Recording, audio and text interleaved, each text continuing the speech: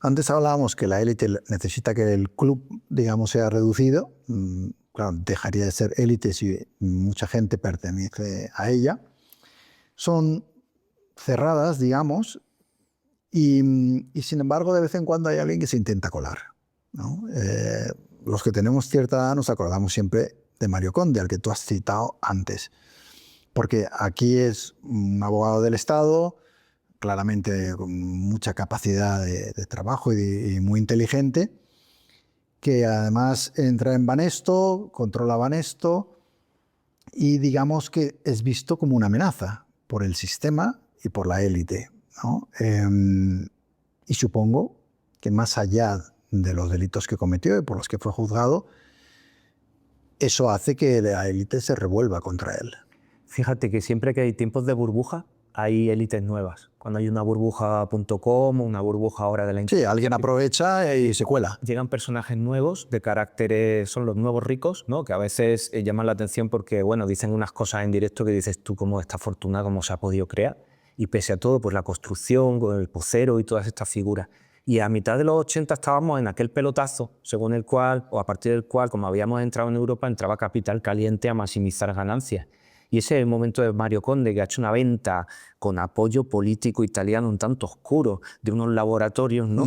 Que ha ganado una cantidad de dinero que le ha permitido, en compañía con otros socios, que sí que venía de las élites viejas, ¿no? El señor Abelló, meterse en el capital de Banesto. En un momento clave, porque en Banesto los dinosaurios franquistas era el banco más conservador en todos los sentidos. Ya se estaban retirando porque tenían ya pues, casi 80 años y se esperaba una sucesión. González, Rubio y compañía tenían preparada A la gente joven no le sonará Banesto, que nos ve mucha gente. Pero a lo mejor con un señor que se llama Miguel Indurain, Claro, el mejor ciclista español de todos los tiempos, y esto a lo mejor a los espectadores no les... Banesto monta un equipo ciclista patrocinando a Indurain. Claro, Indurain, que para nosotros era un ídolo, que luego ha llegado Contador con muchos éxitos también, por eso digo que a lo mejor eso es polémico, pero en nuestro imaginario es el mejor de todos los tiempos, ¿no?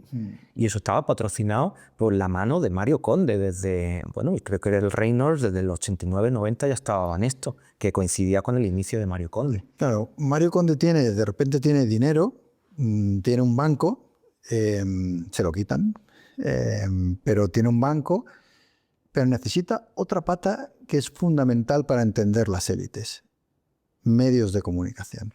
Conde tiene un coco increíble, se ha levantado durante meses a las 4 de la mañana para sacarse la oposición de abogado del Estado, que es otra pata clave de las élites, empezó a tomar funcionar. Luego vamos a hablar de eso también. Está unos años, curiosamente, en la dirección de Patrimonio del Estado cuando se hacían las privatizaciones, como abogado del Estado, y ya se mete en la carrera accionarial y entra en Banesto. Aprovecha una situación en la que las familias viejas están a punto de aceptar a José María López de Letona, que era ministro de Industria de Franco, pero era familiar cercano de Mariano Rubio, fíjate cómo funciona el tema, para presidente de Banesto y lograr la estabilidad total con el poder estatal.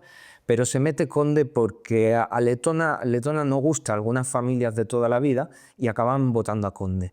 Y luego se arrepentirán porque Conde pone en marcha una revolución. Lo primero que hace es cambiar el Consejo de Administración y poner a 3 tecnócratas del PSOE para ya favorecerse Bueno, esto es muy de manual... De manual maquiavelista. Y de si quiero pertenecer a la élite, lo primero que necesito es poder tener alguna influencia en la política. Y pone cerca, y además gente guerrista. O sea, se empieza a simpatizar con el otro ala del gobierno, en principio la más, entre comillas, radical o social, ¿no?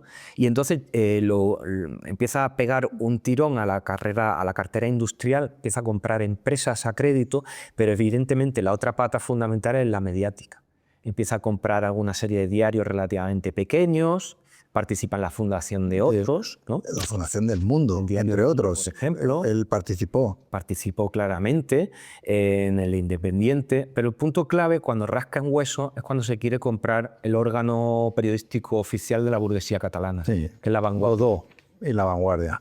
empieza a hablar con Godó, está a punto de comprarlo, Godó empieza a hacer otros movimientos, empieza también a mirar meterse en Antena 3 y ahí es cuando de pronto Antena 3 Radio se la compra el grupo Pris, con lo cual ahí se está produciendo un movimiento que lo que señala es que se está rompiendo el equilibrio entre las distintas élites. Y la simpatía que el PSOE o el gobierno tenía hacia Conde se rompe inmediatamente. Y ahí empiezan a producirse todo tipo de problemas, porque al mismo tiempo no se puede olvidar que él está tomando muchos riesgos en un momento de sobrevaloración de activos y en un momento en el que, bueno, él está comprando y entrando en una serie de aventuras, financiando todo tipo de empresas, de medios de comunicación y empezando una especie de carrera, por un lado empresarial y por otro lado política, porque las encuestas le dan que la mayoría de los jóvenes que estudian Derecho y Económicas quieren ser como Mario Conde, porque es que es verdad que junta pues casi todo lo bueno, un gran discurso, una capacidad de persuasión bestial. Tipo atractivo. Tipo de Yo terrorismo. recuerdo mucho, era la época de la gomina, ¿no? La gomina. Gomina para atrás, el pelo y... Pero otro elemento fundamental es una especie de lobo de Wall Street meritocrático. Yo no pertenezco a esta élite, a esta aristocracia financiera. Yo vengo de una familia de clase media, con muchas capacidades para prepararme en la oposición. He estudiado, me lo he currado y he conseguido llegar hasta aquí. Y como yo lo he conseguido, vosotros lo podéis conseguir. Y además, España está estancada. Eso me permite decir que está estancada incluso desde el franquismo. Y ahora en un sistema bipartidista clientelar. Conmigo o con lo que venga, que todavía no llego a explicitarlo, esto puede cambiar radicalmente. Entonces, claro, la fascinación por ese personaje era brutal. De hecho, se cuenta que antes de intervenir Banesto por una serie de agujeros evidentes, se le había dado un doctorado honoris causa en la Universidad Complutense de Madrid. Y con el propio gobernador del Banco de España, Ángel Rojo, allí presente, que fue luego el que corporativamente le ejecutó. Sí, pero la orden viene de arriba. Fue Felipe González el que, me imagino, ordenó acabar con Mario Conde. Cuentan que él tuvo dudas hasta el final. Y tuvo dudas hasta el final porque se le presionaba desde muchos puntos, pero no es difícil pensar que esa aristocracia financiera de grandes bancos como el Santander, entonces yo creo que ya existía el Central Hispano o el BBV, veían con preocupación ese liderazgo. Hay que tener en cuenta que ellos tenían unos agujeros bastante grandes financieros y de eso no se habló. Y al final fue Banesto el que se le adjudicó al Banco Santander, ¿no? Con lo cual, bueno, pues ese equilibrio se restituyó tras la caída de Conde. Pero también Conde tenía un enemigo bastante fuerte en José María Aznar, el líder de una derecha conservadora, a lo mejor no tan carismático como él, y que se sentía amenazado porque a lo mejor Conde tenía ahí una reforma política. Claro, en aquella época yo recuerdo que se hablaba, ¿no?, de las posibles aspiraciones de Mario Conde.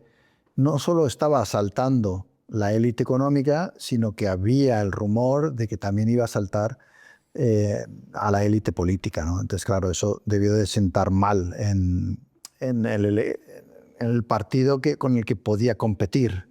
Yo creo que el liderazgo de Conde amenazaba una especie de liderazgo futuro por aclamación. Bueno, ¿quién va a ser el caballero que nos salve de aquí, ¿no? Y en ese momento, además, estamos en la crisis de 1993, ¿no?, que era una crisis con mucho paro, inflación. Hombre, yo creo que cada vez potencialmente podía ser más atractivo. Pero sí que se le acabó cerrando el paso, en parte porque había resultados económicos que en cierto modo lo ponían fácil.